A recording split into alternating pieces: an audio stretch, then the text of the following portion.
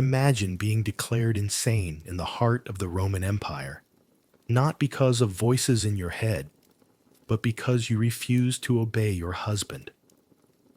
In a city of marble and law, madness could be a verdict, not a diagnosis, a convenient seal pressed into warm wax by power. A wife's defiance might be penned into the same ledgers as delusion. A son's mourning could be called a public nuisance. The line between disorder and disobedience was drawn not by understanding, but by who held the stylus. If you had lived 2,000 years ago, even a fit of melancholy could have sentenced you to chains, isolation, or worse. Picture the small tremors of a bad week. Sleep gone thin, appetite a ghost, the mind leaning toward shadows. Today, we call it a rough patch. Then, it could be evidence. A neighbor might whisper of omens. A magistrate might nod. A household might answer with rope. You wouldn't need a demon to be damned. You'd need only to be inconvenient. Tonight, we will travel back to the first places where human beings tried to heal the troubled mind and often harmed it instead. You will learn how early healers sought cure in sacred sleep beneath the idol's gaze, how physicians balanced humors with blades and bowls, and how medieval halls called hospitals echoed more like prisons than sanctuaries. From the stone beds of Greek temples to the iron latches of monastic cells, we'll trace the uneasy border between therapy and control, between care and cruelty. We'll meet the figures who believed they were saving souls, and the souls who needed saving from their saviors. And then, gently, we'll step over the threshold. We leave the courtroom's clatter and follow quieter sounds. Sandals across cool marble, a bronze lamp sighing as it's trimmed, water murmuring in a courtyard basin. The air carries time and smoke. A priest lifts a hand for silence. Outside, a gull cries toward the sea. Somewhere, a patient exhales. The night draws near, and with it, the old idea that sleep might heal, that dreams might speak, that suffering might be read like a star map. Come, slowly now, into an age when the mind was a mystery wrapped in ritual, and the cure could be as tender as a hymn or as hard as a chain. When the day thins to a pale thread and lamps are coaxed awake, the first world opens, a Greek sanctuary breathing at the edge of pines. Smoke lifts from the sacrificial hearth in slow ribbons, braided with the bittersweet perfume of crushed thyme and fennel. Someone has burned a twist of laurel. Someone else macerates poppy in wine. The air is a tapestry of scents. Resin, warm oil, the faint sting of vinegar used to wipe a bench, woven over the steady undertone of damp stone. You can almost taste the distance between hope and cure. Across the courtyard, water talks to itself. A channel runs from a spring into a marble basin, then out again toward the baths. It chatters against the lip, murmurs along the grooves, cut by generations of hands, and drips into a second bowl, where herbs steep and cloud the surface. A priest pauses to listen, as if the water keeps the temple's memory. Farther off, a hymn rises, first one voice, then another, simple, stepping tones that climb and settle, climb and settle. The melody is steady enough to carry a fever back from its edge, steady enough to make a skeptic breathe more slowly. Between colonnades, the air turns cooler. Marble columns keep their own weather, a refined chill that lingers even in summer, that gathers in the seams of the fluting, that meets the skin like a reserved host. Palms, by contrast, are warm, those of the attendants and priests, smelling faintly of olive and smoke. They guide a shoulder, test a forehead, smooth a folded cloth, the brush of wool against linen. the soft scratch of papyrus as a name is recorded, the clink of a small bronze bowl. All these sounds accrete into a hush that is not silence, but attention. Light moves with intention in this place. Torches bead the portico with coins of flame. A bronze lamp trembles as a wick is trimmed. The coals in a brazier exhale a deep, steady red. Across the courtyard, polished statues hold the light like quiet moons. The marble skin of a god reflects a faint amber. A serpent carved around a staff shows a thin, bright edge along its spine. In the abaton, the sleeping hall, shadows pool cool and dense between stone beds. Someone turns, sighs. Another murmurs a prayer not to the god alone, but to the possibility of waking changed. Listen closely, and the sanctuary speaks in layers. There is the wet consonant of water. There is the dry whisper of broom straw on stone. There is the offstage music of the city. Donkey hooves, a cart's complaint, a shout swallowed by distance, and threaded through it all, the reluctant music of pain, a stifled moan, a breath measured like a fragile resource, a laugh that breaks and mends itself at once. In the smell of burnt offerings and pennyroyal, consolation and control share a mask. Here, ailments become stories told to priests who read dreams the way sailors read stars. Here, the mind is an oracle's cave. If you enter carefully, something speaks. A patient, call her Antia, or don't, traces the mosaic with her toe, counting the tesserae as if numbers could corral a clouded mood. An attendant brings a cup, honeyed wine darkened with herb, an old kindness with a sharp aftertaste.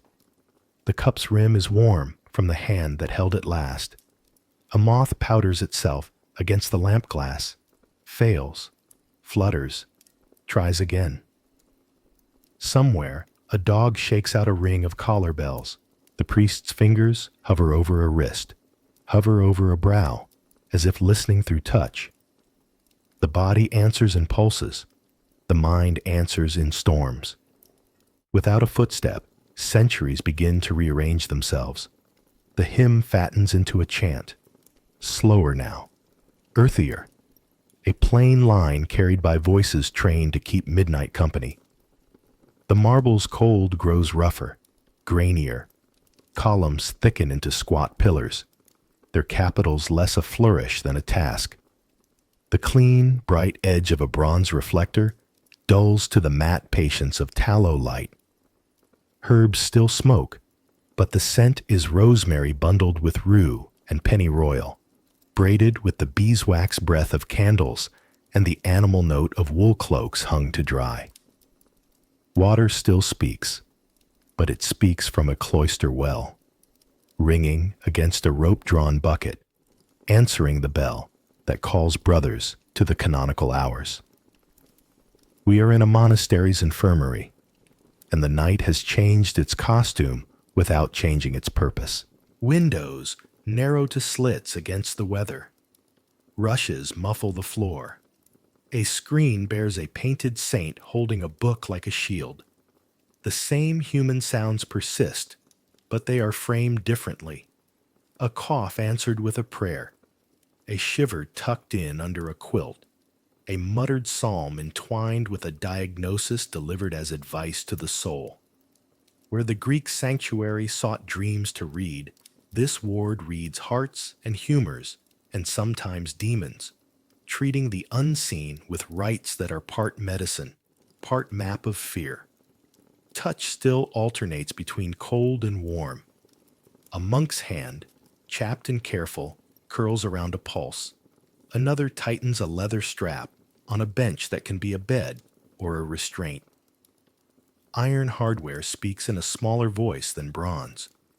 Quieter clicks, closer tolerances, an intimacy that can heal or hold. A vial of vinegar catches the candle and throws a tiny sun across the wall. A ledger opens. The quill scratches a name, a date, a note in a narrow Latin that leaves little room for doubt and none for plea. Smells have deepened. The smoke is thicker, less perfumed, more practical. Rosemary for memory. Rue for warding. Sage to sweeten a chamber that must, despite all care, remember sweat and fever and long worry. A pot steams with barley and leek. A second simmers a decoction no one drinks without a grimace. Beeswax takes the edges off the darker aromas. A sprig of lavender, tucked in a pillow, fights a losing, valiant war. The very timber of the roof stores winters, summers, the breath of generations who were nursed, scolded, soothed, and sometimes silenced beneath it. Light has learned patience. Candles gutter and are pinched and relit. The flame remembers its shape. A single lamp kept near the crucifix throws a calm, unwavering halo. Shadow folds itself into the ribs of the ceiling, the backs of benches, the corners where a broom waits to be needed.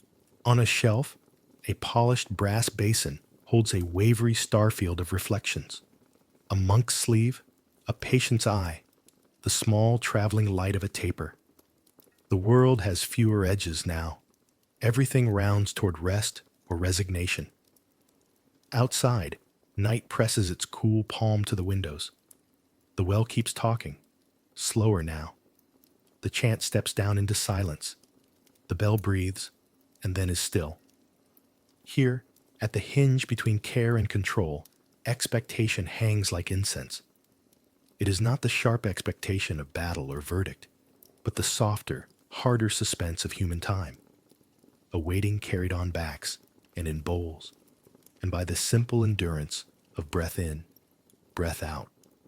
The ancient effort continues, sometimes gentle, sometimes grim, to coax the mind back toward itself. This is the corridor between worlds, temple and ward, bronze and iron, dream and doctrine.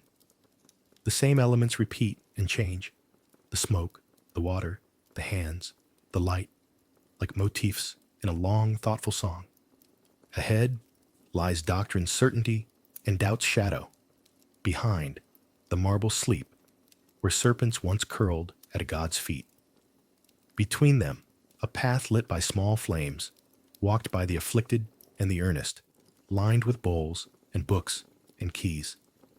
A foreign country, and yet familiar. A place where suffering tries to become a story that ends in relief. The air holds both possibilities.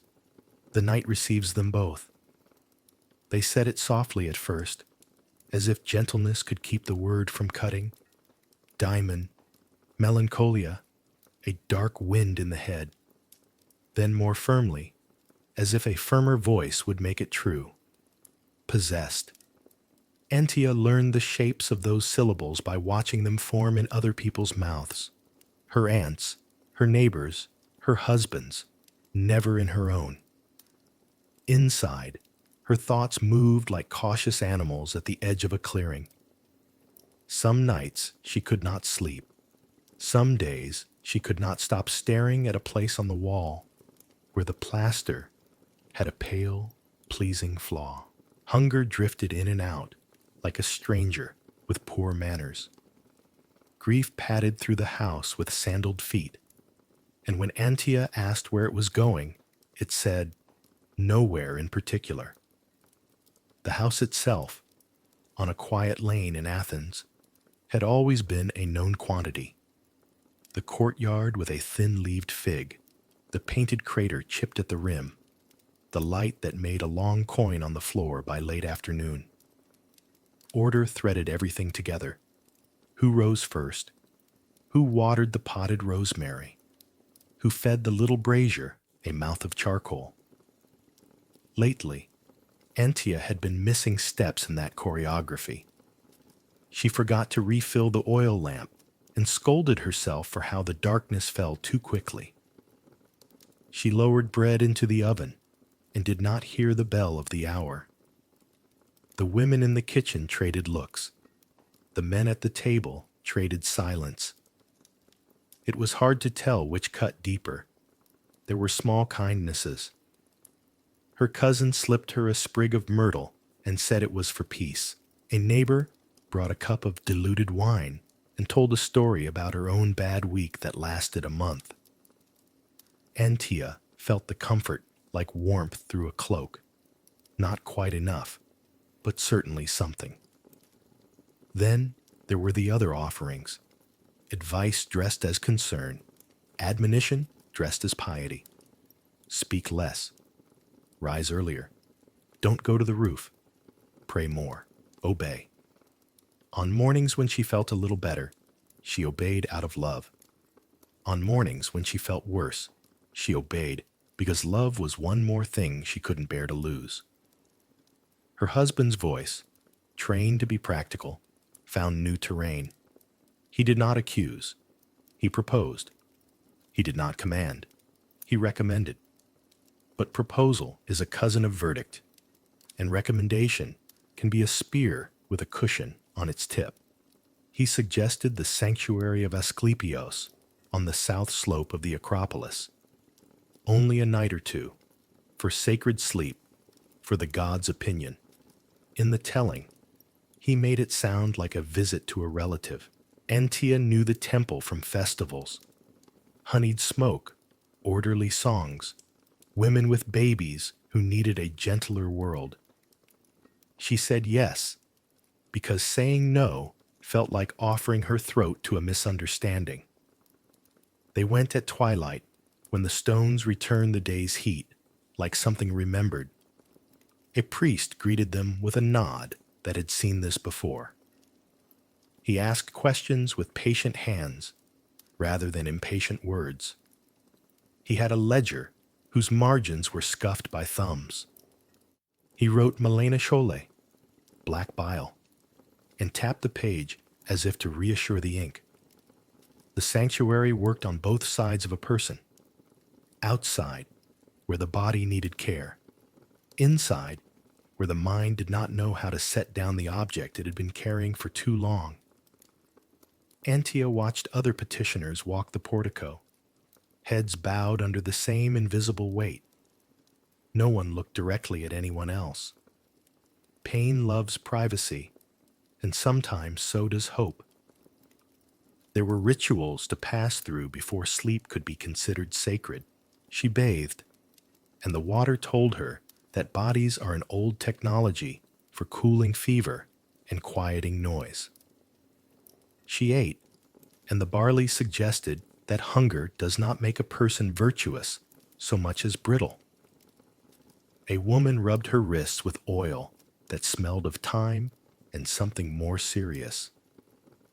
Someone taught Antia the hymn, a simple braid of notes that rose and fell like a chest, and for a moment she remembered how it felt to match her breath to something older than fear.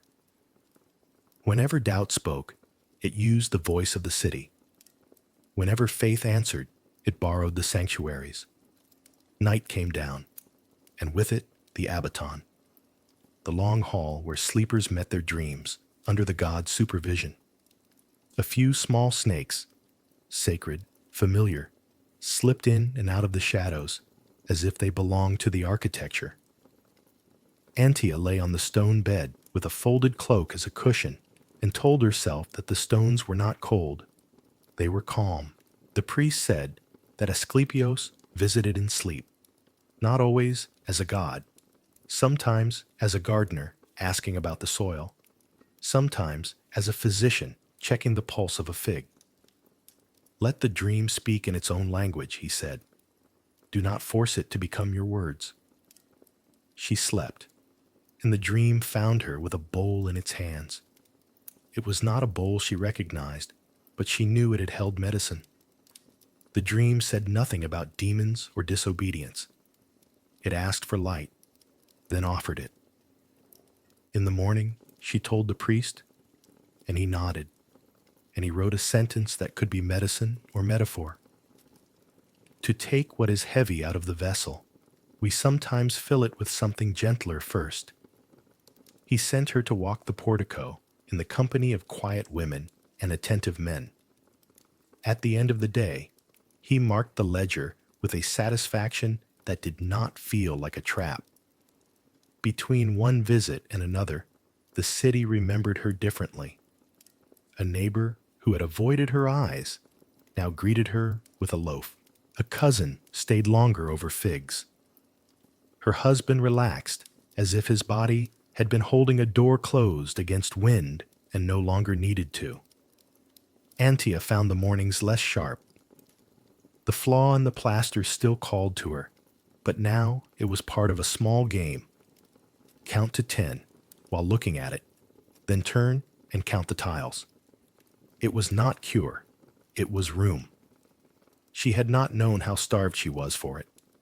Then the change came, as changes do, with the confidence of someone who believes he is saving time. A Roman physician arrived at the domus of her husband's patron, a man whose opinion made smaller men walk faster, and displayed his instruments like a man laying out an argument. He spoke Greek well enough, and Latin like a knife through linen. He said the sanctuary had its place, but medicine was a carpentered craft. You needed to plane the roughness, scrape what should not be there, fill what was missing, clamp what threatened to split. He used the word curatio as if it were a road, and he knew where it led. Antia did not meet him in a marketplace of ideas. She met him in a room that smelled of wool and vinegar. He took her pulse and looked at the rim of her eyes. He asked about sleep and appetite. He asked how often her husband found her unwilling.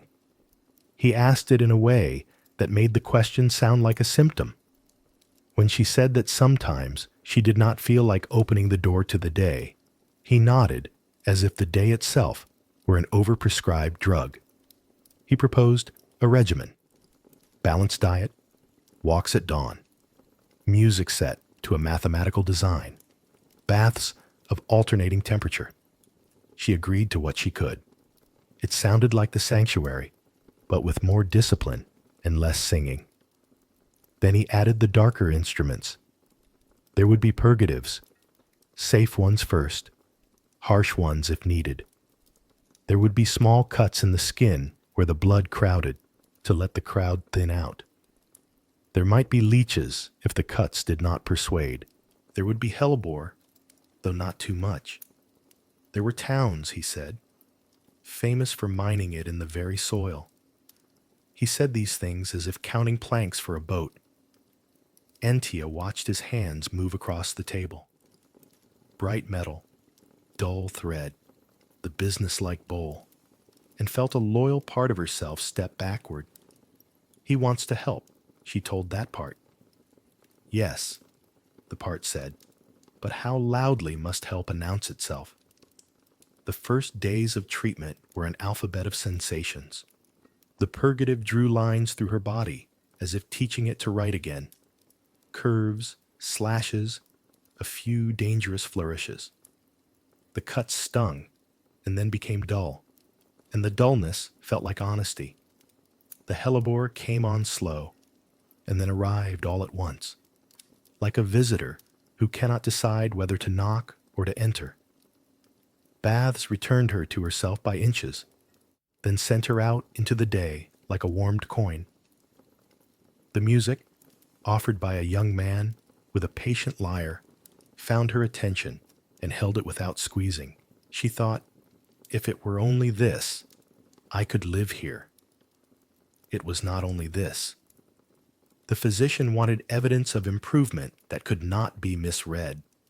He wanted Antia to be measurable. He asked for obedience the way a carpenter asks a beam for straightness. Her husband learned a new grammar of care. If you love her, insist. If you fear for her, constrain. A bench in the room became a bed with straps, not for punishment, for safety, not to silence, to prevent harm. The language stacked itself like bricks until the wall was high enough to lean on. Antia agreed, and then she agreed less. The nights grew long again and wore the shape of the bench. Sometimes restraint is a relief. The body says, Hold me down so I don't fly apart. Sometimes it is a question asked with the palm of a hand on a shoulder. Is this you, choosing, or is this your fear, choosing for you? In the cooled room that smelled of tallow and herbs, Antia lay and counted the breaths between the physician's instructions. He was not cruel. He was sure. When he pressed the back of his fingers to her cheek and called the temperature moderate, it felt like a verdict dressed for work. When he spoke to her husband in the doorway about progress, they used numbers. Antia watched the numbers gather like birds on a line and thought, they will leave when the weather changes, whether or not we tell them to. On a morning after a night of hellebore that carried a taste of winter, the physician showed her a device he had borrowed from a colleague, a chair with a band across the breast, a footrest that forced the legs to be citizens, not wanderers. He said the chair was a way to persuade the body to remember its proper direction. Antia sat because she'd been sitting her whole life. The band pressed a lesson into her bones. He asked her to name the months backward.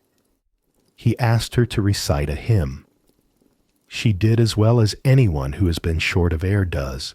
When he left the room to fetch a different bowl, the young musician lingered. He did not speak much Greek. His hands spoke for him, fingers ghosting along the lyre's frame. He tilted the instrument so that the strings caught the light and made hardly a sound when his thumb brushed them. The silence was music with its hair braided back. Antia stared at his hands and learned a new fact. That kindness sometimes travels disguised as incompetence.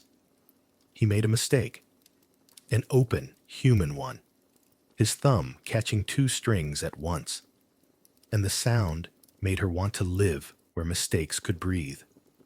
In the afternoons, when the regimen asked a gentler price, Antia walked in the peristyle garden. She memorized the way shade pooled around the feet of the columns. She made a friend of the small laurel by the east wall. She counted doves as they argued about bread. The city had not changed.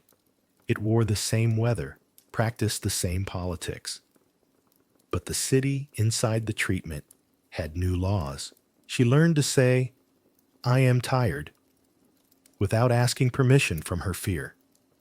She learned to answer when asked how she felt, with something other than fine. The word fine had become a door she did not want to disappear behind. On a day when everyone was trying, the physician praised her. You are cooperative. Your pulse is more regular. Your appetite is less theatrical. He meant well. She took the praise in both hands and still felt a splinter. Cooperation felt like a borrowed coat. Regular felt like a coin that had been filed to make it fit a slot. Less theatrical felt like the opposite of singing.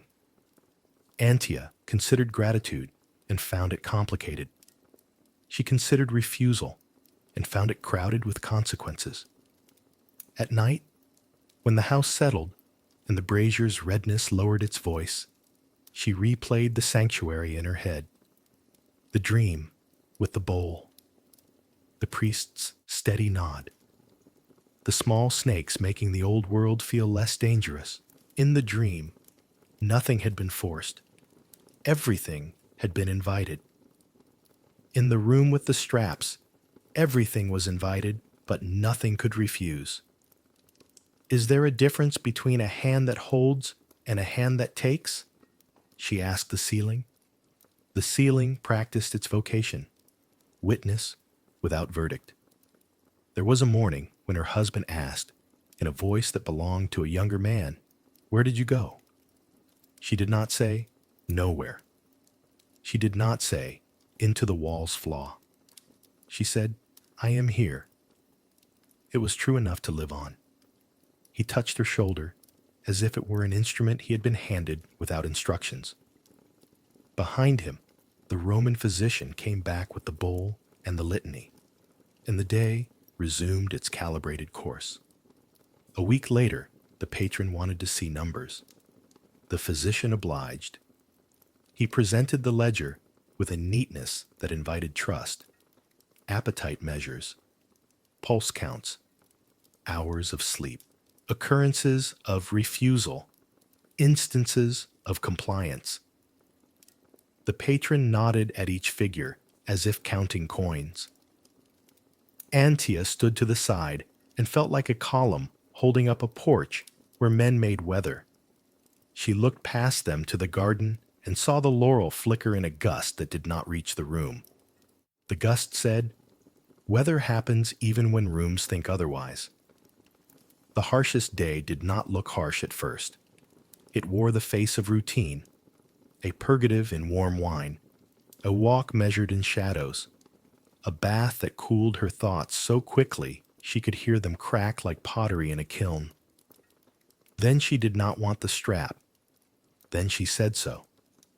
Then the strap happened anyway, gently, the way an adult helps a child stay in the seat of a cart. The physician said her safety was not negotiable. He said the mind in distress can be a hazard to its house. He said many careful things that made sense, like straight lines make sense. She watched her chest rise and fall under the band and thought, straight lines can be fences. And yet, because lives are complicated, the regimen also gave her back small citizens of herself she thought had left for another city. Appetite knocked politely. Sleep learned to visit without making a mess.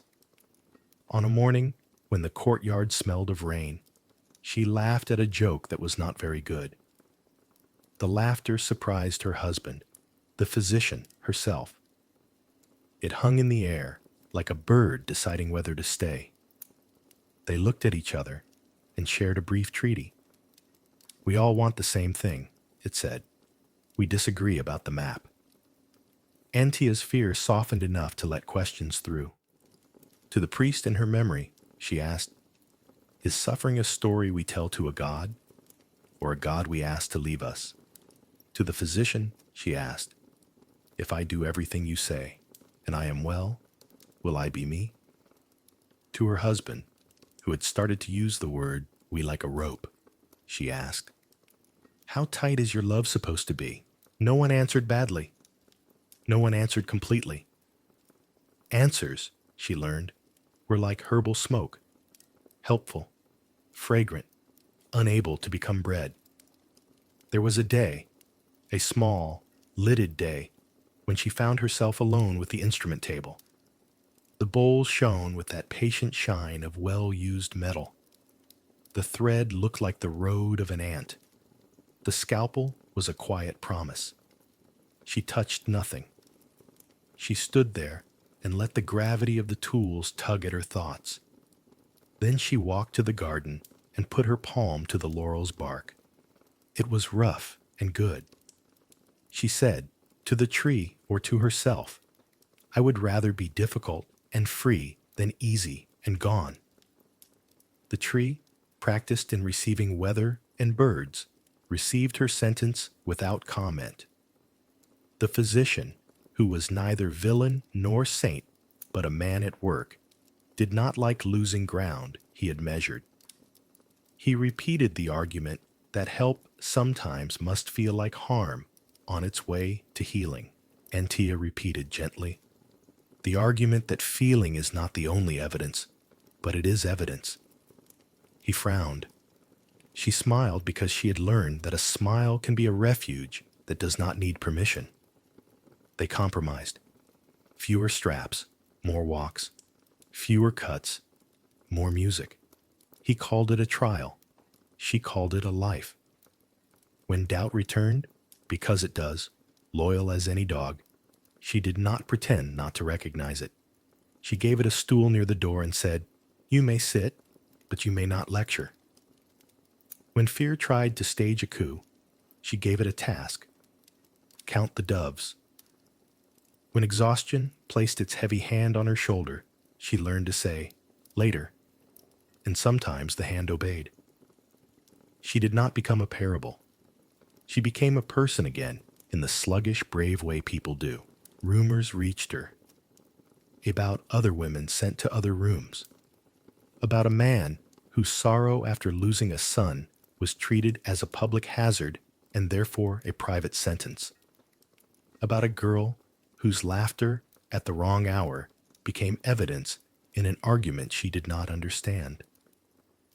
The rumors were not her life, and yet they braided themselves into it. She felt the system like a weather front, larger than any one house, indifferent to any one hearth. The sanctuary lit a lamp for her inside. The regimen built a fence around her outside. Between lamp and fence, she walked, careful, more awake than before. On the last evening of that season, whether it was spring or autumn did not matter. It was an evening that had learned Shadow's grammar. Antia returned to the sanctuary, not for sleep, but for the courtyard.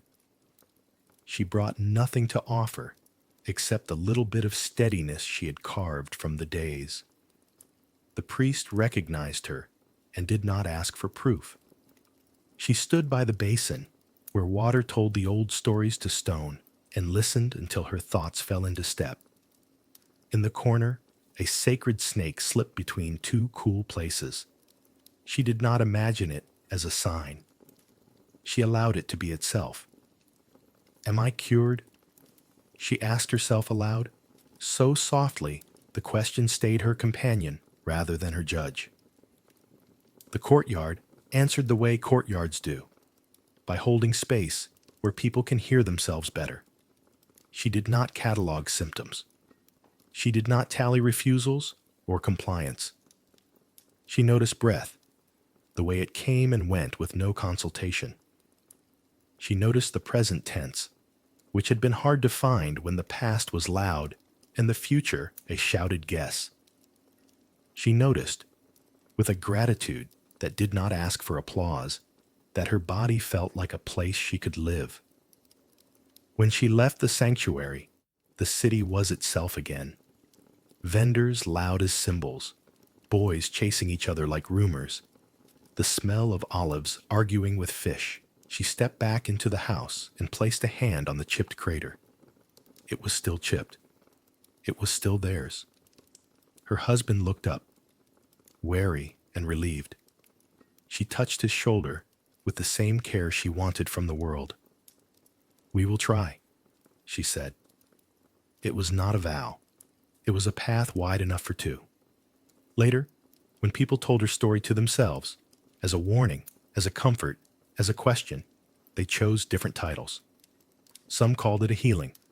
Some called it compliance. Some called it luck. Antia, who had learned that names can be cages or doors, chose no title at all. She knew the truth as a texture rather than a law. That help can arrive wearing the mask of control. That control can sometimes cook a soup that keeps you alive through winter. That the soul, stubborn and shy, needs both room and ritual. That love, when it forgets how to listen, becomes management. In the nights that followed, sleep came more often like a friend who knocks instead of a soldier who demands quarter.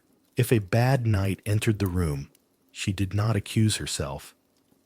She adjusted the blankets of her mind, which was not a temple and not a clinic, but a house with many honest rooms.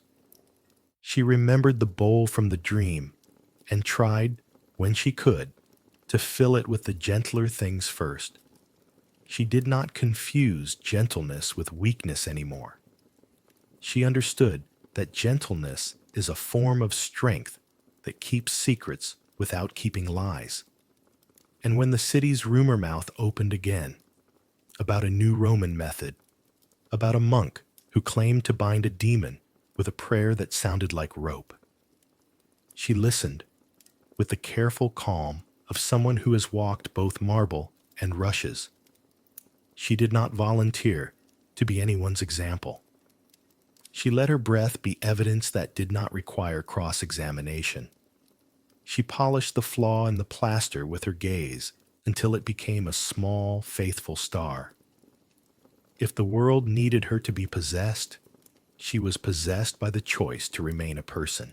This was not yet the history of institutions or doctrines. This was a woman's evening and morning and evening again, a spacious struggle threaded by hands, some warm, some efficient, some both. The sanctuary and the regimen, the hymn and the ledger, the bowl and the band, each left marks that would be read later by people who preferred to think in sweeping lines. Antia's truth was smaller and therefore truer. Something can hurt and help at once. Something can save and take at once. And a life can be carried forward by a quiet refusal to become only a case. If Antia's story was a line drawn across a courtyard tile, the society around her was the mosaic that decided whether that line would be called a pattern or a crack. People rarely met the troubled mind alone. They met it with families, laws, gods, and rumors. They met it with words that could heal because they were gentle, or hurt because they were believed. Greece. Between divine breath and dangerous silence. In Athens, a person could be carried by two winds at once. One was called mania, but the word carried two faces. Plato could praise a kind of divine madness that raised poets and prophets above the ordinary air, a frenzy that belonged to Apollo's clarity or Dionysus's holy looseness. At the same time, neighbors might whisper the same word over a woman who sat too long by the wall, or a man who wandered the market muttering at a private storm. The boundary between inspired and ill was porous, and much depended on where the behavior happened, who was watching, and what the household needed the truth to be. The first court was the family. A father, a husband, an elder aunt, the domestic council, weighed reputation against mercy. A woman's guardian could decide whether a priest should be consulted, whether a physician should be called, whether a journey to a sanctuary might restore balance. The kitchen held its own conferences. Bread left to burn, wine left uncorked, a child's question answered 3 times as if the ear were a sieve. These were evidence too. If a family could keep the disturbance inside the walls, it did. Privacy was a salve. It was also a shroud. When secrecy failed, the city's second court assembled without summons. The street. A neighbor's lifted eyebrow could make a diagnosis. A market woman's sharp tongue could become a verdict. If a man shouted at shadows during a festival, the crowd might laugh and call him touched by Dionysus. Festival days had room for excess. If he shouted the same way on a workday, sellers would draw their baskets closer, and boys would keep a safer distance. Context was destiny. The very same words might crown a poet and curse a laborer. To be inspired, you needed a license written in class and gender. Formal judgment, when it came, was masked as care. The sanctuaries of Asclepios offered a public script with private hope. Purifications, diets, songs, and the cool democracy of the sleeping hall. Families could tell themselves they had done everything. Priests, reading dreams, could translate suffering into stories that gave a person a place among the living. The treatment's gentleness kept society's hardness from being obvious, but it did not erase it. The sanctuary was a threshold between inclusion and exile. Admission was a promise. Discharge could be a sentence, either back to the community with proof of improvement, or back with a new label that followed a person like a shadow at noon. Less visible than the priest, but powerful in consequence, was the scribe who kept ledgers. Names and symptoms entered ink and became part of the city's institutional memory. A woman's melancholy might be recorded alongside the number of times she refused a task. A man's fury might be recorded with a tally of broken pottery and bruised shins. The written word stiffened rumor into record. And records, even merciful ones, were scaffolds for decisions. Who could be trusted with money? Whose testimony would be given weight? Who might need, for their own good, the door latched at night? Religion gave language to what families feared and what patients felt. If a person's strange speech sounded too much like prophecy, they were dangerous in a different key. A demigod's breeze, in the mind, could elevate or isolate. Gossips would remember the old tales, Heracles in a fit, Ajax in a field, and treat the living as footnotes to myth. There were softer stories, too. Some towns quietly supported a safe madman, a familiar wanderer given bread and humane indifference. Charity and caution braided together. The braid could be a cradle or a leash. Medicine, Hippocratic and otherwise, made a counteroffer to myth. Humors, regimen, baths, music. Yet medicine did not float above society. It sat inside it. A physician's authority grew in the gardens of patrons. He owed his livelihood to men who valued order, heirs, and predictable harvests. When he prescribed, he also preserved. A regimen could be the gentle law of balance, or a domestic policy enforced with belts and benches. Even the physician, who believed the soul was not his business, would speak as if the household were a small city that must be governed. At the far, dark edge stood the scapegoat, a possibility that every city kept at hand. When plagues came or crops failed, the search for fault could fix upon the person who did not fit. Too loud, too quiet, too different. The pharmakos ritual belonged to older, harsher seasons, but its logic survived in smaller expulsions. A door shut, a cousin sent away to distant kin, a woman temporarily placed in the custody of a shrine, whose gates had locks strong enough for stubborn piety. Ostracism need not be voted to be real. It could be practiced one decision at a time until no seat at any table felt natural. Rome, order first, then everything else. If Greek cities negotiated, Rome legislated. The Roman word furor, a state of unreason, belonged as much to law as to medicine.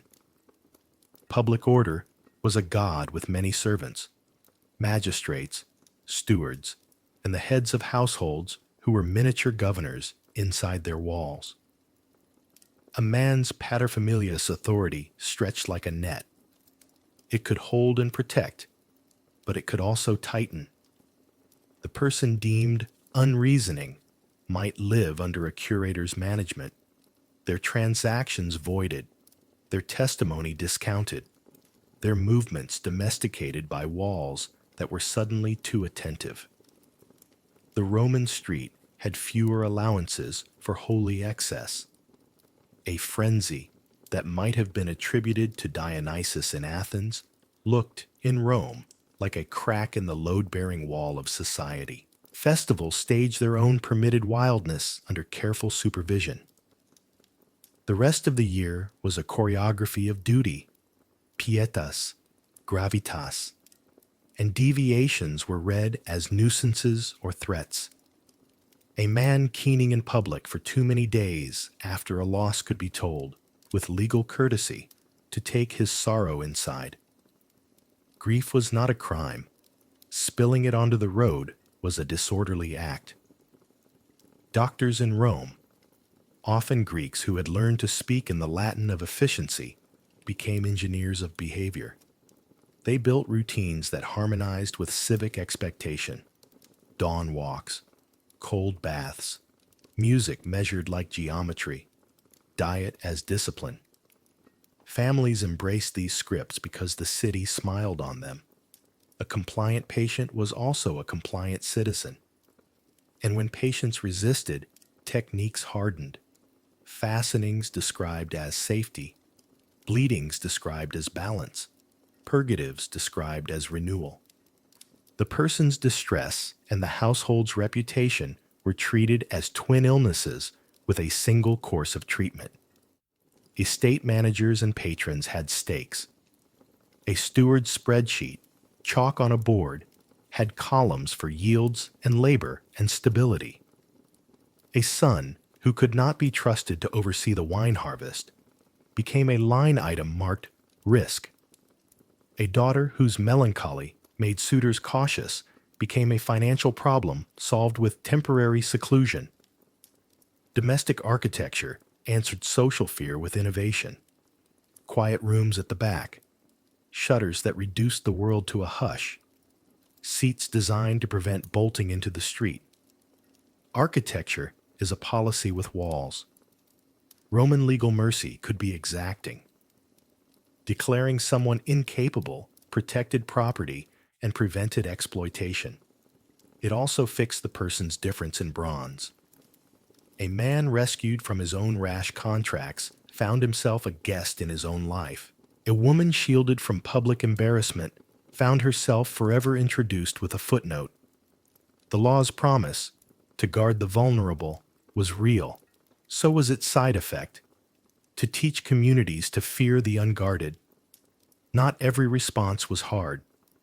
There were circles of toleration, neighborhoods that fed a familiar wanderer, bath attendants who looked the other way when a man lingered too long in the steam, market women who found small chores for a girl who could not keep a whole list in her head, but could carry figs with accuracy.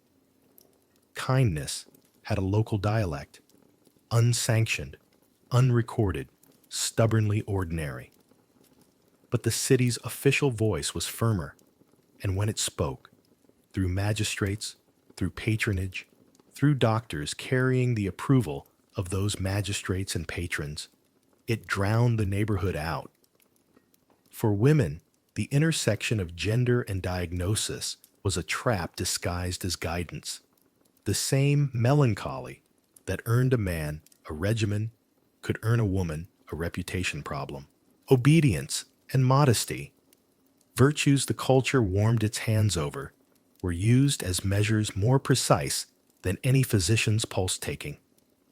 A wife's refusal could be pathologized in terms polite enough to pass in any forum. The city liked order best when it imitated nature. It liked women best when they imitated statues. The Middle Ages, souls under watch centuries, turned like a heavy page, and Europe learned a new grammar for the mind. Christian frameworks changed the map.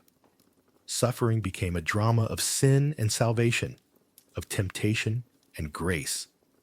What the Greeks might have called imbalance, what the Romans might have called unreason, the medieval town might call affliction, sometimes demonic, sometimes moral, sometimes mysteriously permitted by God for the schooling of a soul.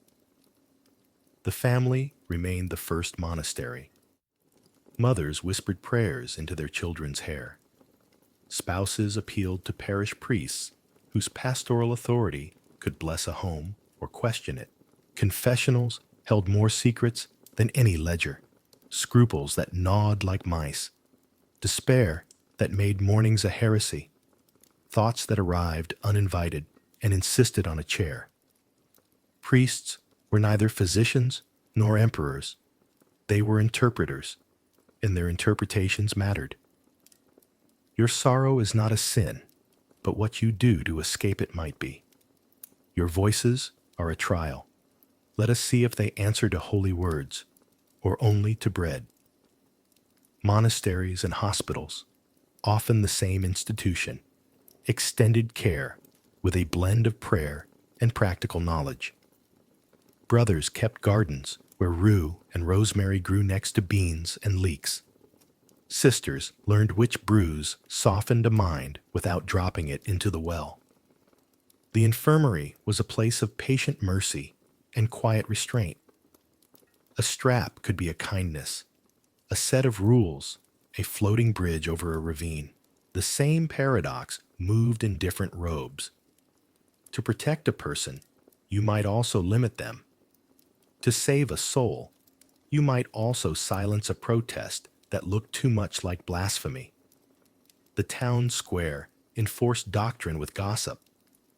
A woman who laughed at the wrong hour might be called simple and receive crumbs of charity, or called possessed and receive a stare that pushed her to the edge of the crowd. Men whose grief lasted longer than their neighbor's patience might be told to seek a shrine or seek work farther away. Pilgrimage routes doubled as social sluices, carrying the troubling and the troubled along roads that ended at relics, and sometimes never ended at home. There were holy exceptions that proved the rule. The fool for Christ, in some places revered, could act with a freedom denied to ordinary madness, shielded by the suspicion that God likes to speak through cracked vessels. A woman's visions could make her a local saint if the right priest believed the right details, or a local scandal if the details challenged a powerful man's peace. The line between mystic and menace was fine and fiercely patrolled. Exorcists and confessors became gatekeepers of the invisible. Some were gentle and exacting, testing spirits with questions like locks. Some were frightened of what they could not explain and used rope and rite with the same urgency. In harder times, when disease or famine shook a village's faith, tension spilled toward institutional teeth. The Inquisitor, more common in later medieval centuries and into the early modern, arrived not to treat but to test, not to soothe but to sort heresy from error. A person who saw things others could not see might be drawn into a theater whose script had no role for illness, only for orthodoxy or fire. Even when flames were rare, the fear of them warmed a lot of decisions. And yet charity persisted. Almsgiving was an economy of grace. It legitimized the presence of the poor, the sick, the strange. Towns maintained hospitia where travelers and the unwell could sleep with a roof between them and the rain. A miller's wife tucked a heel of bread into a palm that trembled. A blacksmith let a man sweep the same corner every morning because ritual is a kind of medicine. Mercy was not modern, but it was stubbornly present, braided with suspicion in ways that gave both sides something to do. The web of relationships. In every era, the troubled mind stood at a crossroads where four roads met: family, healer, priest, magistrate, or inquisitor. Each road claimed to lead toward safety. None admitted how often they doubled back on one another. Family balanced love with fear of shame. A spouse protected by insisting, or insisted in the name of protection. Parents hid a son's wandering by sending him with an uncle who ran a farm far enough from the city to be rumor-proof. Daughters were managed by matches or by walls. Relatives took turns sitting through bad nights until the turn-taking became a permanent shift. Burden translated slowly into duty, duty into custom, custom into silence. Healers carried two bags, one of remedies, one of rules. The first bag held herbs, baths, music, diets, bloodletting when the theory demanded it. The second bag held schedules and certainties. A healer's success depended on the household's compliance and the city's peace of mind. Even when a practitioner felt real tenderness, the instruments of order lay close at hand. Scarves could become bindings. Chairs could become devices. A room could become a gentle cell with a polite name. Priests and monks offered words for the wordless, rituals that gathered the scattered. They had recipes for despair, a psalm at dawn, work at noon, a blessing at dusk. They had their own chains, obedience, doctrine, the fear of scandal. A confessor who wanted to believe a visionary found himself drafting a permit for a person the town did not trust. A prior who feared disorder might close the infirmary door with a prayer that sounded too much like a padlock. Magistrates and inquisitors kept the outline of the public world intact. They did not like surprises. When a struggler's behavior spilled noisily into the streets, the magistrate's answer was a containment plan. When a struggler's speech strayed into theology, the inquisitor's answer was an examination. Neither office was designed for tenderness. Both could borrow it from family and church, or override it when the calendar or the crowd demanded. Within that web, the sick at soul often became a border person, living at the edge of the village's patience. Some were tolerated as local eccentrics. Some were quietly exiled, to a cousin's stable, to a monastery with spare cots, to a pilgrim road that received every kind of pilgrim. Some were hidden. A bed moved to a back room, a screen across a doorway, a name that fell out of ordinary use. Language complied. She's delicate. He's devout. He needs quiet. Euphemism was the wallpaper of stigma. The economy had a vote. A field needed harvesting regardless of visions. A loom cared nothing for grief. The shop would fail if customers felt unsettled by the apprentice who repeated numbers until his hands forgot work. The poorer the family, the less room it had to let a member be strange. Poverty turned difference into crisis faster. Wealth bought privacy and gentler words. It also bought more persuasive restraints, more convincing stories, more influential signatures on a doctor's plan. Above all, fear of the contagious, and not only of disease. Behavior felt contagious. A widow's loud sorrow could teach other widows to weep too long. A girl's refusal to marry might make other girls difficult. A visionary's confidence might draw a little circle of listeners who were meant by all rights to be listening at church instead. So contagion was contained. By ritual in Greece, by regimen in Rome, by confession in Christendom. The vocabulary changed, the strategy did not. And yet, threaded among the harms, true care walked with quiet feet. An aunt who sat beside a bed and wove her own breathing to the rhythm of another's. A physician who set down his scalpel and lifted his lyre, conceding that music is older than certainty. A monk who loosened a strap one notch when no one was looking. A magistrate who preferred to call a disturbance a misunderstanding so that everyone could go home unpunished. Society is not a single voice. It is a choir that argues about the key. When Antia's neighbors thought of her, they used the tools their time had given them. A few named gods. A few named humors. Later, some would have named demons. Many named nothing at all, just adjusted their steps to pass her gently in the lane. The city, the empire, the church. These were large hands, capable of shelter or squeeze. They did both. The dark side of the old psychiatry was not only in the knife or the rope. It was in the habit of turning discomfort into danger, difference into doctrine, suffering into spectacle, and then calling the result necessity. But a different habit survived alongside it. The stubborn refusal to let a person be only a case. It lived in casseroles, in shared hymns, in ledgers where a scribe, against the grain, added a small note, improved after music, as if to smuggle hope into the archive. It lived in the patience of a husband who learned to ask better questions, and in the rage of a wife who learned to answer with truth rather than apology. It lived in the decision, made 1,000 times by ordinary people, to stand with someone at the soft edge of the crowd Instead of pushing them farther out, societies build rooms for the troubled mind. Some rooms are doors. Some are boxes. Most are both. Greece called the door temple. Rome called the box order. The Middle Ages called the key salvation.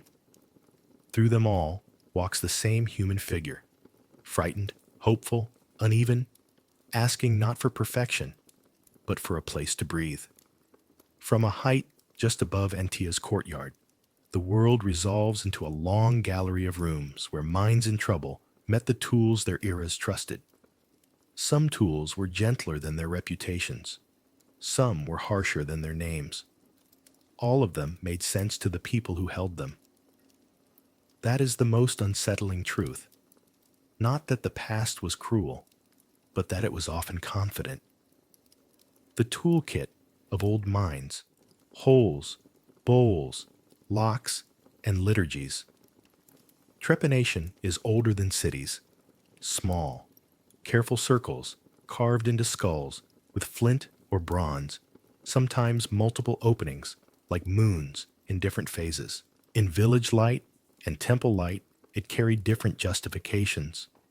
To let out a pressure, to let in a god, to release a wind that roared behind the eyes. Under the story lay a physical intuition. Head wounds can trap swelling. Trapped swelling strangles thought. The procedure could be a last mercy after injury or seizure. A surprising number of people seem to have lived with those small doors in their bone. The edges sometimes show healing, like rings in a tree. What's most human is the intention, to turn a mystery into a passage. Bloodletting drew its authority from the elegant geometry of humors. Black bile, yellow bile, phlegm, blood, each with its season and temperament. When thought ran dark and heavy, Milena Cole explained the weather inside. Open a vein, balance the floodplains, restore the season. It was a promise measured in bowls. The very experience of being bled, the weakness, the drifting mind, the slackened pulse, resembled relief, especially to a household desperate for any perceptible change. For certain fevers and overfullnesses, a little letting might even have helped. But over years, the practice hardened into reflex. A person's mind was made to match a diagram. If it refused, the diagram demanded more ink. Confinement wore many names: sanctuary rest, household safety, seclusion, custody. A room became an answer long before it became an institution. In Greek houses and Roman villas, and later in monasteries, doors learned how to be patient and persuasive at once. The obvious cruelty, shackles and stocks, was joined by the polite cruelties, straps described as embraces, chairs described as supports. Families told themselves they were saving a person from running into the street or into the sea. Sometimes they were. And yet the door could be punishment even when the words around it were merciful. Architecture remembers the fears that built it. Cures by command, exorcisms and adjurations gave the invisible a choreography. Where physicians saw imbalance, priests saw intrusion. The rite's power was not only metaphysical, it was social. A community that had been frightened found an hour of order, candles, prayers, questions asked with ritual steadiness. The afflicted gained witnesses and, sometimes, advocates. In that theater, suggestion could do good or harm. A gentle voice could convince a panicking mind that it was not alone. A harsh voice could convince it that it contained an enemy that would need to be fought forever. Ritual, like a river, took the shape of its banks. These practices did not sit in separate boxes. They overlapped like shadows at dusk. A woman might be bled and blessed, restrained and sung to, bathed and accused, in shifting sequences that said more about the anxieties of the room than about the person at its center. The dark side of early psychiatry is not only the blade or the rope, it is the habit of treating distress as a public hazard first and a private grief second. But even here, there are filaments of kindness, often so thin they are easy to miss. Islands of mercy in a rough sea. The history told in softer tones speaks the names of those who tried, within the limits of their maps, to lower the temperature of fear. Hippocrates and those who wrote in his school's voice moved illness, of body and of mind, out of the courts of gods and into the weather of the body. Tempered air, regular food, measured exercise, baths with music nearby, a regimen rather than a duel. The theory of humors was wrong in its parts and right in its posture. It argued that suffering could be understood, not merely endured or expelled. The physician became a gardener of habits instead of a hunter of demons. Centuries later, Ibn Sina, Avicenna, gathered Greek thought and his own observation into a compass that would steer physicians across languages and ages.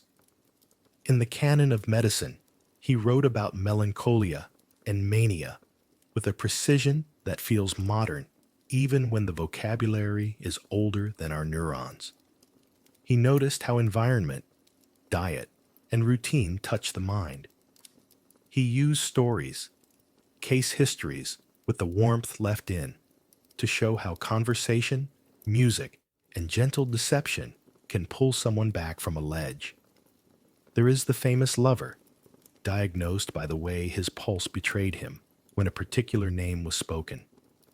There is the sense that attention itself is a treatment, that to be carefully regarded is to be kept from falling.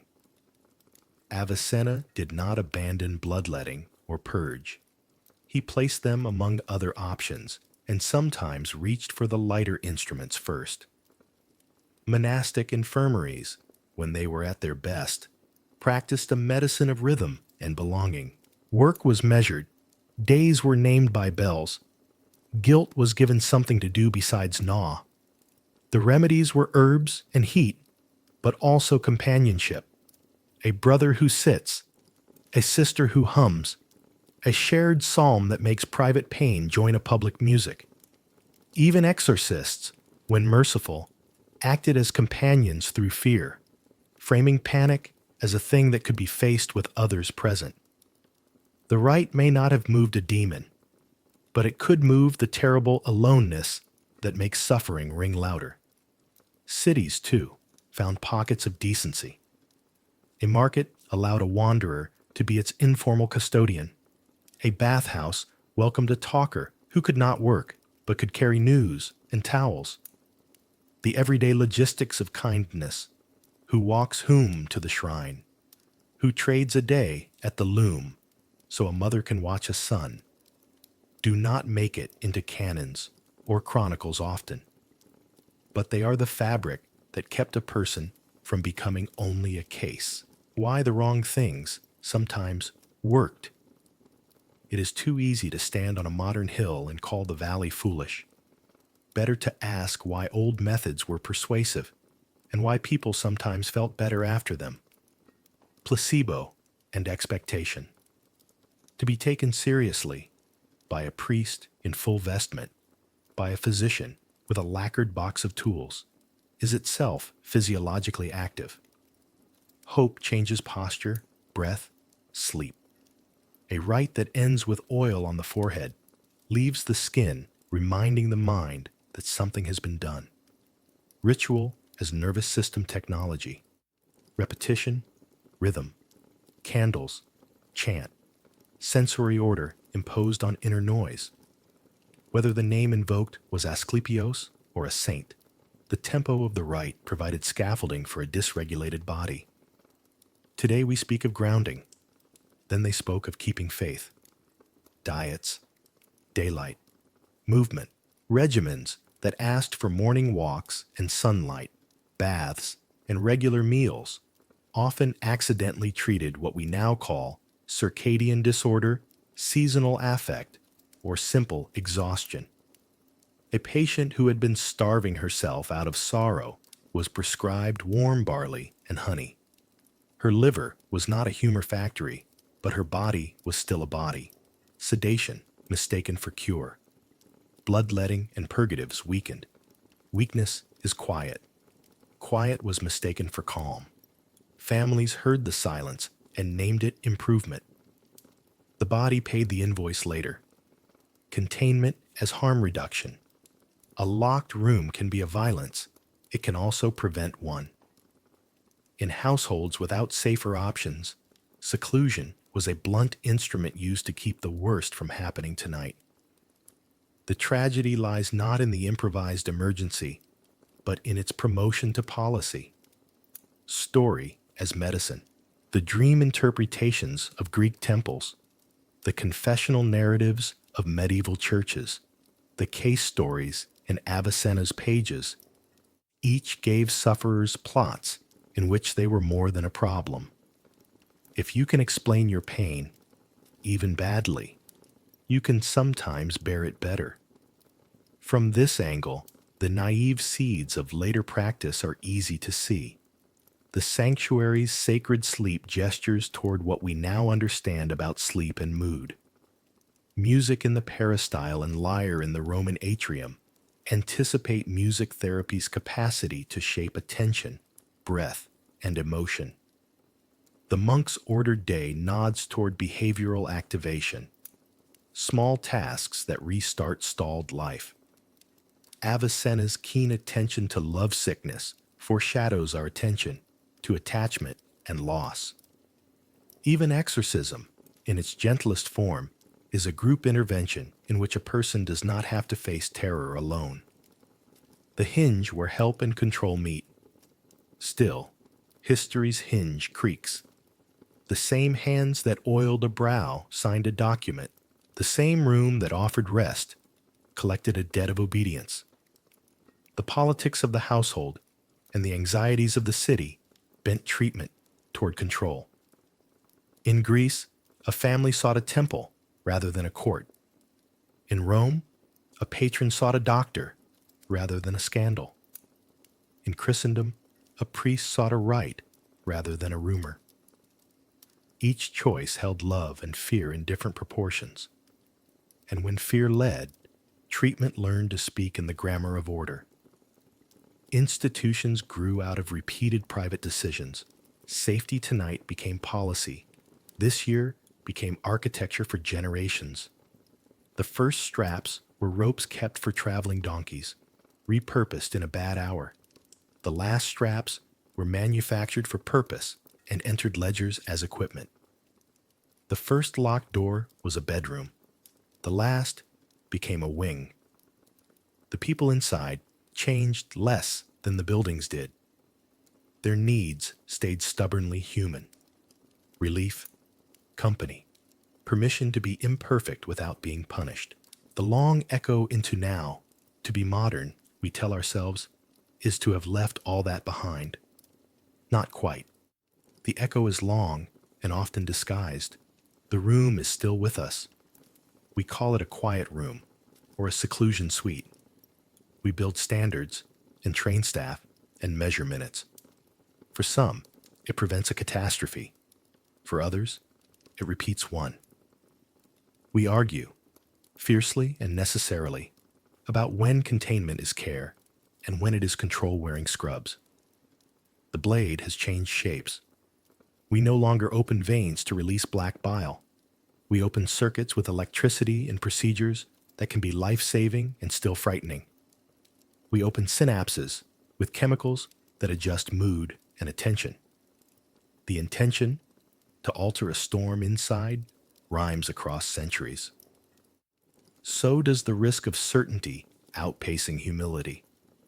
The right persists in clinics where a person tells their story to someone trained to listen without verdict. Where a priest once named a demon, a therapist now names a pattern. The naming is the point, to place a contour around chaos so it can be held. The danger is old, too, to mistake the name for the person. The ledger has become a record with checkboxes and scales. Numbers give clarity and care a shared language. They also tempt us to treat the person as a score. Rome's appetite for accounting has met a spreadsheet. It helps until it decides too much. The household's reputation survives the stigma. Families worry what neighbors will think. Employers worry what clients will say.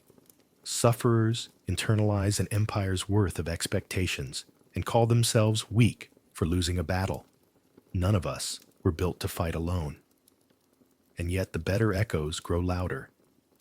Regimen has become public health. Parks and daylight. Limits on work hours. Food that is food.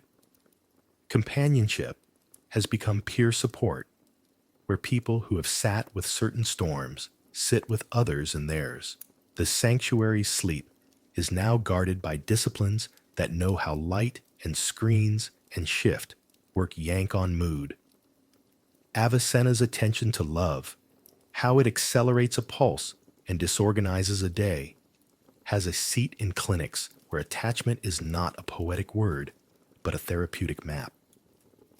When we look back at trepanation, we see a hole. Look again, and you see an attempt to release pressure. When we look back at bloodletting, we see a bowl. Look again, and you see a bid to reset. When we look back at exorcism, we see a demon's eviction notice. Look again, and you see a community promising not to blink. Each is a silhouette of a better practice we have since learned to fill in with light. Antia and the archive of lives like hers. Antia stands in the doorway between eras, not a symbol, but a person whose days were braided by others' explanations. She carries, in small, ordinary gestures, the story of how societies handle minds that hurt. A priest's ledger and a physician's bowl. A strap loosened and a song remembered. A husband who learns to say, "We will try," instead of "you must." Multiply her by thousands, and you have the archive that no historian can fully open. Meals brought, nights watched, compromises struck, rooms unlocked at last. If there is a lesson to draw gently from the long perspective, it is that care improves when fear is not steering. The more a city is convinced that difference is a crack in its wall, the more it reaches for locks and lances. The more a community is convinced that difference is a form of weather, sometimes dangerous, sometimes simply inconvenient, the more it reaches for shelter. Routine, food, light, company, words. We do not need to excuse the harms to understand the hopes that powered them. We need to do the quieter, harder thing. Keep the hopes and retire the harms. So the gallery resolves again into rooms. In one, a hole cut for relief. In another, a bowl catching a certainty that looked like cure. In a third, a door that promises rest and threatens absence. In a fourth, a circle of voices that say a name until the fear in the room is not the loudest sound. Through them all, the same human request. Let me be helped without being erased. The old doctors and priests, the scribes and husbands and neighbors, all answered in their own dialects. Tonight we answer with ours. If we speak softly enough to hear ourselves, we can choose words that land like hands. Steady, warm, and open. The morning they came for her was practical, almost polite. A steward in a careful cloak, the Roman physician with his box, two men who had the look of door frames, meant to be leaned on, meant to be immovable. Her husband had not slept. You could tell by the way he gripped the edge of the table as if the wood might run away. Papers were set down and weighed with a seal. Words were spoken in a grammar that sounded like help, temporary care, safety, observation. Everything wore the kind of courtesy that allows a person to believe they are not witnessing harm. The place had a name that promised rest, Domus Quietus, a house of quiet, funded by a patron who liked to be seen as a friend of reason. The building had been a granary once. Its long bones made the new purpose simple. Windows were narrow to keep the heat in, or so they said. Doors were thicker than doors need to be if you intend to open them often. The courtyard held a tree, proving that gentleness was possible, that someone had thought of shade. A woman sweeping the threshold smiled in the manner of someone who has been told to smile because it helps. Inside, the air knew how to hush. A clerk met them with a ledger that swallowed names without chewing. The physician spoke for Antia. Her husband signed for her. The clerk wrote for all of them. The room smelled of vinegar, tallow, a respectful hint of rosemary. A nurse, somewhere between a monk and a mother in her manner, took Antia's shawl and returned her a blanket that had survived other lives. There was a bed with straps folded like sleeping snakes. There was a chair designed to encourage stillness. A window borrowed its view from the sky, but refused the rest of the world. Antia tried to ask a simple question and found it shrinking toward silence under the weight of the room's purpose. How long? The nurse gave the kind of answer that feels like a coin you can hold and later discover is thin, until there is improvement. Improvement looked like numbers on a chart, like fewer refusals, like nights without incident. Incident was a word with 1,000 meanings and only one outcome. More straps, more supervision, more time counted in other people's hands. The routine showed its face quickly. Morning broth, morning prayer, or its secular cousin, morning walk along a path that was smaller than it looked.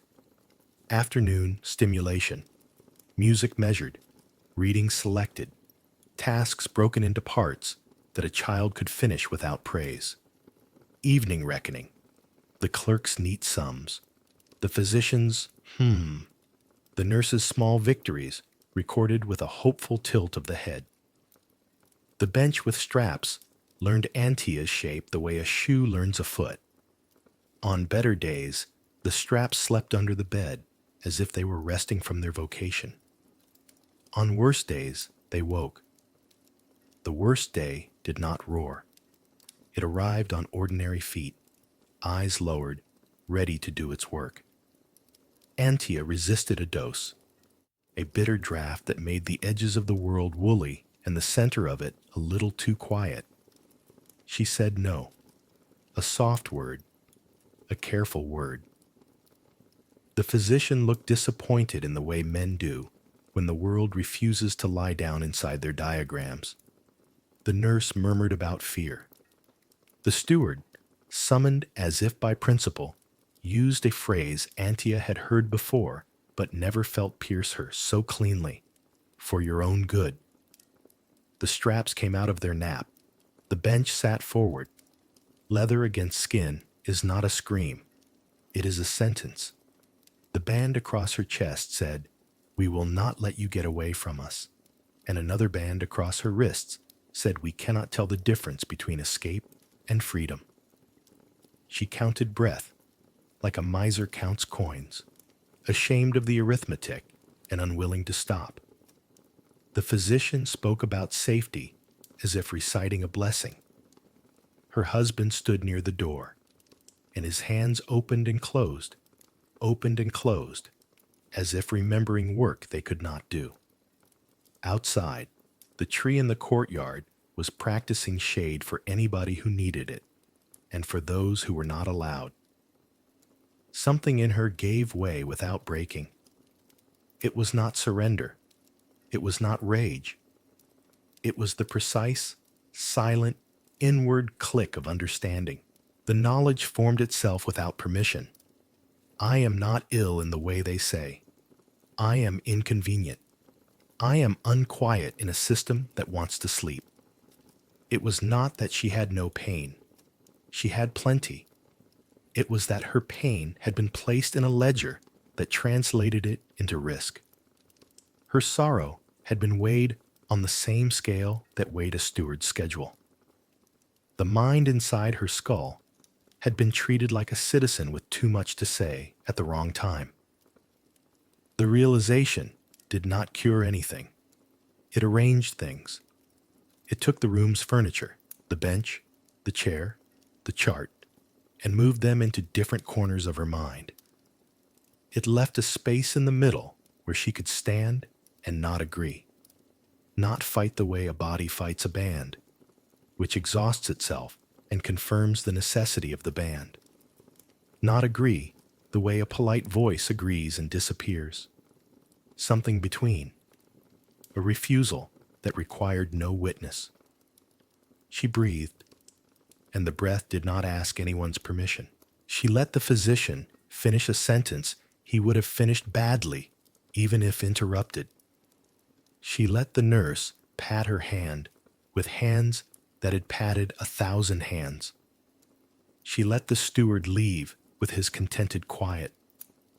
Then she asked for water, not because she was thirsty, but because it was a small, ordinary, human thing to ask, and the asking restored a kind of order that belonged to her.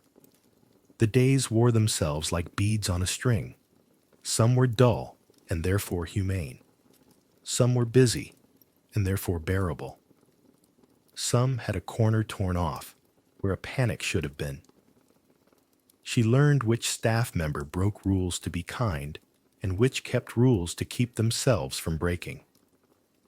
She learned the sound the key made when it negotiated with the lock, the rhythm of footsteps of men who carried reputation like armor, the hum a woman makes when she cannot sing out loud and the day needs singing anyway.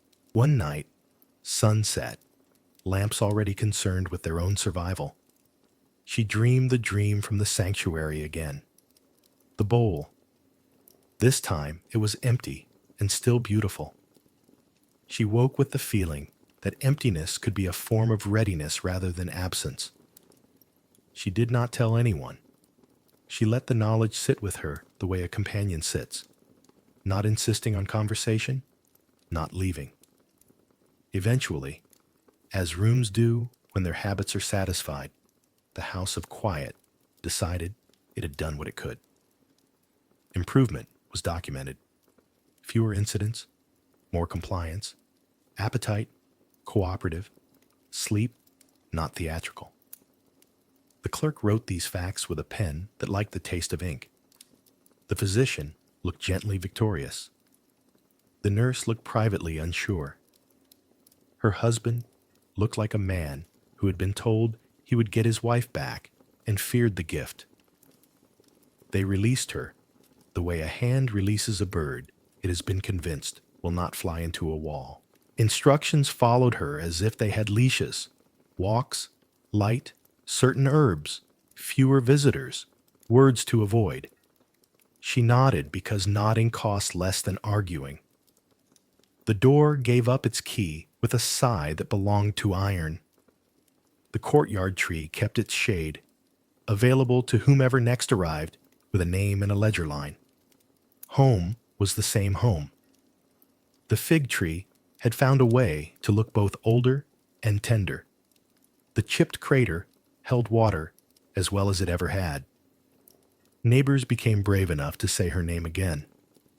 A few brought bread with apologies baked into the crust. Her husband moved carefully, as if he were walking through a room of sleeping birds. She made tea and poured it slowly, because slowness was a language the day understood. If there was triumph in her, it did not strut. It kept quiet company with the part of her that knew fear and had learned to seat it by the door with a task. Sometimes the old heaviness came back and set down its luggage. Sometimes the house of quiet echoed in her bones and asked with ghost straps whether she had learned obedience. She answered each visitor with the same soft precision. I am not your enemy. I am not your proof. I am not your page in a ledger. She did not need to be brave all the time. She needed to be herself more often than not. People tell their cities what they want to hear, and cities take notes. Antia's city was no different. After her return, the story adjusted itself. She had been helped. She had been away. She had received care. A few people said prison under their breath and looked quickly at the ground. A few said healing with the kind of bright certainty that makes you wonder what the speaker is afraid of. Most said nothing, which is often how a culture confesses that it knew and did not know at once. Her story did not end in a speech or a statue. It ended the way most stories end, in the middle of a life that had to be lived. She learned which hours of the day were friendlier and bent her work toward those. She learned how to excuse herself from a conversation before it became a verdict. She learned that music can be a door that opens without anyone hearing the hinges. She learned to keep a small bowl on her table as a reminder that emptiness is a kind of hospitality. Guests, joy, grief, fear could each be served and sent on their way. And then her story did what stories like hers often do. It disappeared into the quiet. The ledger kept its numbers. The house kept its sheets. The city kept its opinions. Antia's name, ink once, dried. The nurse retired. The physician lent his instruments to a younger man who preferred sharper angles. The steward's cloak outlived at least one of its owners. The tree in the courtyard went on making shade for strangers whose names no one now remembers. Her husband grew older and learned to ask different questions, and then he learned how to listen to the answers. And then he learned, finally, how to say nothing and let silence be respect, not punishment. Yet the quiet that took her story was not empty. It kept a resonance. It hummed in the decisions of people who never met her. Long after, a scribe in a monastery hesitated over a strap and loosened it one notch. A doctor in a bustling city chose music before medicine because he had once watched a woman breathe as if sound could keep her from falling apart. A magistrate wrote temporary and meant it for once. A husband somewhere opened a window instead of an argument. These are not victories you can parade. They are tilts, degree by degree, the way a river changes course over years and redraws a valley. The House of Quiet, like its cousins in other centuries, left a legacy larger than its walls. It taught medicine to value predictability, even when predictability cost a person their shape. It taught families to outsource moral panic to policy. It taught cities to pretend their fear was a form of love. But it also, unintentionally, stubbornly, taught observers to look for other ways. In the shadow of restraint, gentler arts learn to grow. The craft of listening until a person hears themselves, the regimen of light and food that dignifies the body without blaming it, the communal ritual that keeps panic from thinking it is alone. Culture absorbed Antia without noticing it was doing so. Plays allowed a mad woman to speak and be pitied instead of burned. Later, poems let sorrow take an hour and return unpunished. Architecture learned to design doors that lock from the inside, a small mercy disguised as function. Languages shifted. New words replaced old ones, acquired shadows of the former shape, learned to be less cruel, or at least to pretend. The ledger became a chart. The chart became a screen. The screen will become something else. Each innovation promises kindness, and some deliver it. Each innovation carries the old temptation. To decide that order is the same thing as care. If you step back far enough, Antia is one tile in a mosaic that stretches from trepan skulls to therapy rooms with patient chairs, from bowls of hellebore to bottles with warning labels and barcodes, from exorcisms to group sessions where people say "me too" and do not mean we share a demon, but we share a day that hurt. She does not need to be a martyr for the mosaic to be legible. She needs only to have lived as she did, frightened and hopeful, subject to systems, stubbornly a person inside them. So the climax, when it comes, refuses to be thunder. It is a clarity that arrives on a day like any other. It is a woman in a room built to keep her small, realizing she will not shrink. It is the knowledge that her illness was partly a weather report written by people who wanted clear skies above their calendars. It is the decision to borrow what helps, routine, music, a kind hand, and refuse what erases. That decision does not change the building's plans. It changes the map by which she moves through them. The resolution is the soft work after the doors. It is a life that does not audition for an audience. It is a community that, if it learns anything, learns to be a little less sure when it reaches for straps and a little quicker when it reaches for soup, for song, for a walk at the hour when the light is kind. Medicine and culture keep learning and unlearning the same lesson, that the mind is not a rebellious province to be pacified, but a country to be walked with, gently, through its seasons. Antia's name joins the others in the archive we can't quite open, the one written in kitchens and corridors and late-night breaths. If you hold that archive to your ear, you can hear the older rooms and the newer ones humming to each other. Caution, comfort, a promise to do less harm next time. She has gone into that hum, not erased, but woven in, and the cloth is warmer for it. By now, the day has thinned to a line, and history has loosened its collar. What remains is the quiet work of looking at what we've seen and letting it arrange itself into meaning. Human beings have spent millennia trying to understand the mind.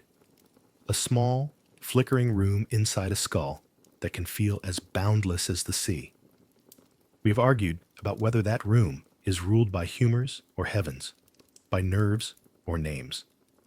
We have built rituals and rules, chairs and charts, hymns and handbooks. We have been wrong loudly and right quietly.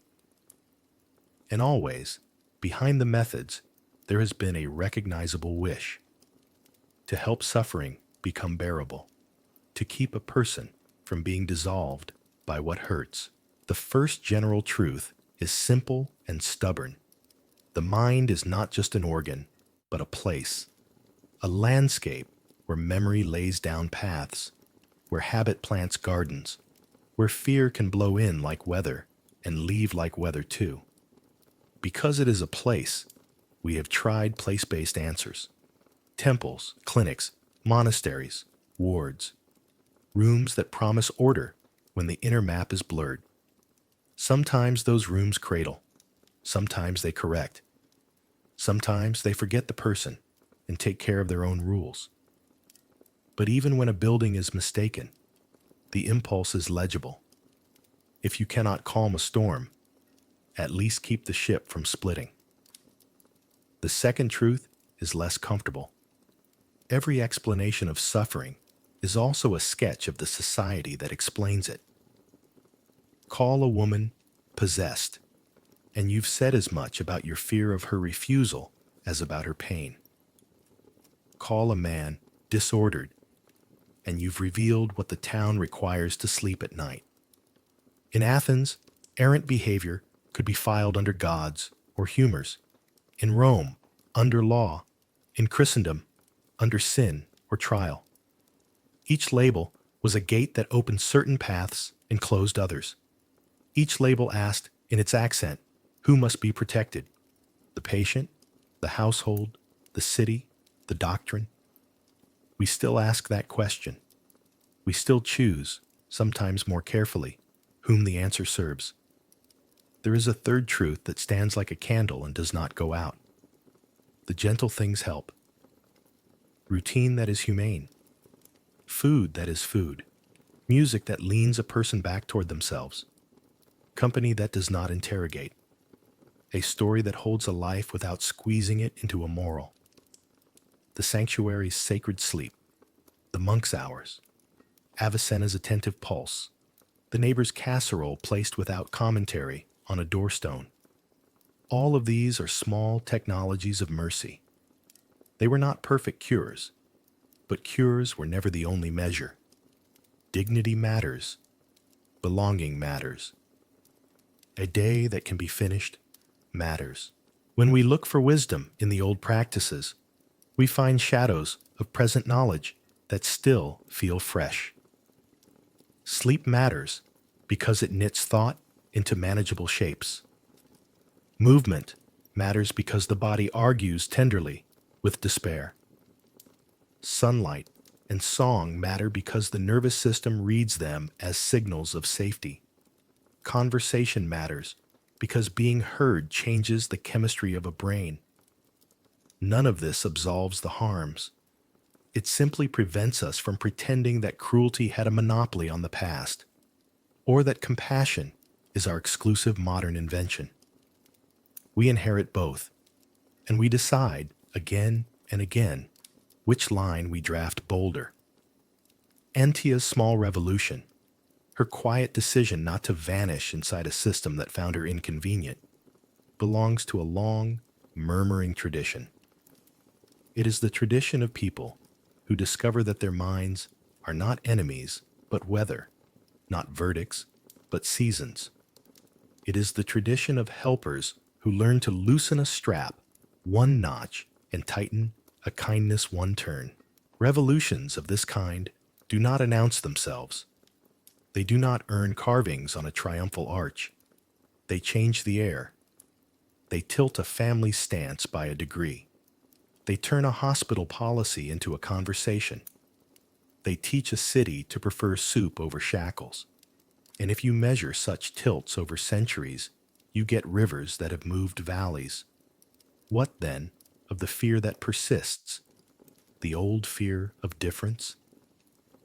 It is still here, more domestic than dramatic, living behind curtains and on committees, speaking the language of liability and standards. It wears a suit now and knows the latest terms. But at heart, it is the same worry that attended the Greek portico and the Roman atrium in the monastery gate, that if one person is allowed to be untidy in public, the street will not hold. That if sorrow speaks too long, the day's work will be late. That if visions are heard, the church will be crowded with unapproved light. Fear is not always wrong. It keeps children from running into roads. But fear is a terrible architect. Left in charge, it builds prisons with soft names. The counterweight is as old as we are, the practice of regard. Regard is the slow act of holding another person in view without converting them into a file. It is what the priest did when he listened to dreams as if they were constellations, what the physician did on his best days with a lyre rather than a knife, what the monk did when he measured an hour by a pulse rather than a bell. Regard says, I will not let your suffering become my superstition. It says, we can be careful without being cruel. It says, you are not a lesson, you are a life. There is a way in which everything has changed. We know more. We have medicines that help many and harm fewer. We have rights that allow a person to refuse. We have watchdogs, ethics boards, sunlight, and there is a way in which almost nothing has changed. People still wake with a weight on their chest they cannot name. Families still negotiate between love and reputation. Institutions still drift, when unwatched, toward convenience. The work, then, is familiar. and ongoing, to keep care from hardening into control, to make sure our ledgers measure what matters, to leave the door open to the degree that safety doesn't become solitude. Now the evening has fully arrived. The sanctuary we visited at the beginning breathes its slow, resin-scented breath. The courtyard basin holds a small planet of reflected stars. The marble columns keep their own cool weather. Torchlight hums along the edges of the statues. Beeswax glows like patient fruit. You can hear the water talk to itself, and farther off, the city with its agreements and mistakes. Somewhere, a snake slips between two cool stones, more ancient than our theories, perfectly at home. The Roman house of quiet is silent at this hour, its keys retired to a hook, its ledgers sleeping in an orderly stack. A nurse, off duty, rubs her hands with oil and sits in the doorway to watch the slice of sky that belongs to her. She does not name her thoughts. She lets them come and go like late moths. In a different century, a cloister's candle gutters and steadies. A brother lifts a bowl of rosemary toward a window, and the night accepts the scent as if it were a prayer made of plants. Above all these roofs, the same sky travels, a dark silk where ages have pinned their questions. The constellations are old teachers. They point and they do not insist. They have watched trepanation and bloodletting, exorcism and regimen, chains and charters, and they have watched human faces lean together over a table and decide to be kinder. If you listen hard as a patient listening for the next tide of her own breath, you can hear the thin, durable whisper of those who sought healing before us. It is not a doctrine, it is a tone. It says, "Go slowly when certainty arrives wearing armor." It says, "Let tenderness be technical.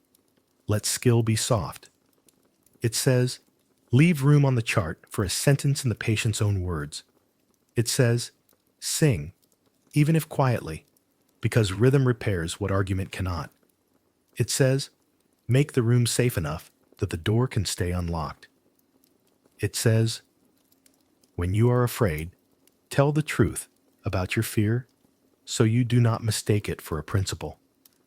Somewhere, Antia stands again by the temple basin, years after the ledger dried. She watches the star field gather in the water's trembling skin. She does not ask for a sign. She does not rehearse the worst. She listens for the present tense, which has finally learned her name. Behind her, the columns keep their weather. Before her, the sky keeps its counsel. The city continues its complicated kindnesses, its quick cruelties, its bargains, and its songs. The mind is still a place, the soul still a traveler, the body still a house that wants to be lived in. And so we end where we began, with smoke braided to herbs, with footsteps softened by stone, with light that knows how to hold darkness without being devoured by it. The past recedes, but it does not vanish. It becomes a quiet companion for the nights ahead, reminding us that progress is not a victory parade, but a late walk on known paths, choosing, at each turning, to carry less fear and more care. Under the old sky, with its patient grammar of stars, the whisper continues, older than law, newer than any book, saying only, be gentle, be exact, keep watch, keep warm. We return, softly, to where the light first learned to hold the dark. Temple torches tremble along a colonnade, their flames cupped by the breeze and feeding the air with resin and time. The marble keeps its private cool. The basin repeats its modest astronomy. Stars scattered in a shallow sky of water. A priest's ledger rests closed. The stylus sleeps. In the abaton, Stone beds remember how strangers once arrived with burdens and left with stories. Nothing shouts. The sanctuary does what sanctuaries do. It breathes. The road folds forward and centuries tilt. In the hush of a medieval cloister, a bell measures what kindly cannot be measured. Human time, bruised and mending. Candles level their patient light. Rosemary dries above a doorway. A brother's hand warms a metal bowl. A sister hums where rules allow humming. Rushes soften the floor. Psalms stitch the evening together. Outside, the well keeps its eloquent circle of sound. Inside, a strap, used too often, loosened not often enough, hangs in twilight like a question that took years to form an answer. Another turn, and a later house carries its careful name. A hospital, a ward, a place promised to quiet. The keys are on their hook, the ledgers stacked square. The chair sits where the window can loan a fragment of sky. The silence here is complicated. It is the absence of incident, the relief after alarm, and also the echo of certainty learning manners. Somewhere in the corridor, a young attendant practices the small genius of kindness, an extra blanket, a slower voice, a song in the throat that never quite becomes a song. The walls remember both the harm they've contained and the harm they've been. They have learned to listen. Across these rooms and ages, the same images hold their ground. Smoke braided to herb, water talking to stone, a bowl that can be empty without being lacking, the narrow window that still finds a star, a tree that rehearses shade for whoever comes next. We have seen hands that heal and hands that manage, rights that comfort and rights that command, doors that guard and doors that hide. We have watched a life, Antia's life, thread these places and refuse to diminish inside their shadows. We have listened as fear named itself law, and as mercy, stubborn and plain, kept arriving anyway. Now we put the words down and let the night speak in its own grammar. The temple's torches gutter and steady. The cloister's bell returns to silence. The hospital's corridor gathers the soft percussion of distant footsteps and then lets even that fade. In this quiet, the thought is simple enough to keep. The shadows of ancient medicine remind us that progress was never gentle, but from darkness grew understanding. Not an absolution, never that, but a tending of the flame we've inherited, to help without erasing, to order without imprisoning, to study without forgetting the person who brings us the lesson. So the images settle, one by one. Torches become embers. Candles become the faintest gold on cooled wax. The ward's window becomes a square of night where a single star holds still long enough to be believed. Somewhere a ledger closes. Somewhere a strap is not reached for. Somewhere a bowl is filled with water and set beside a bed, just in case thirst decides to stay. The tree in the old courtyard keeps making shade no one owns. We leave the epochs as we found them, still themselves, but now less strange. The past stands at our shoulder, not to accuse or excuse, but to companion. What it asks is modest, that we keep our rooms humane, our tools honest, our explanations gentle enough to let a person remain a person. History does not promise comfort, it offers orientation. The stars above the sanctuary, the bells above the cloister, the window of the ward, they agree on one direction, toward care that is exact and kind. We step back from the mosaic, and the pieces hold. Smoke, stone, water, chant, ledger, key, a bowl, a tree, a fragment of sky. The story closes its hands around a small warmth and carries it forward. And in the pause that follows, unclaimed by doctrine, free of verdict, something like peace arrives and sits quietly nearby, content to be unnamed.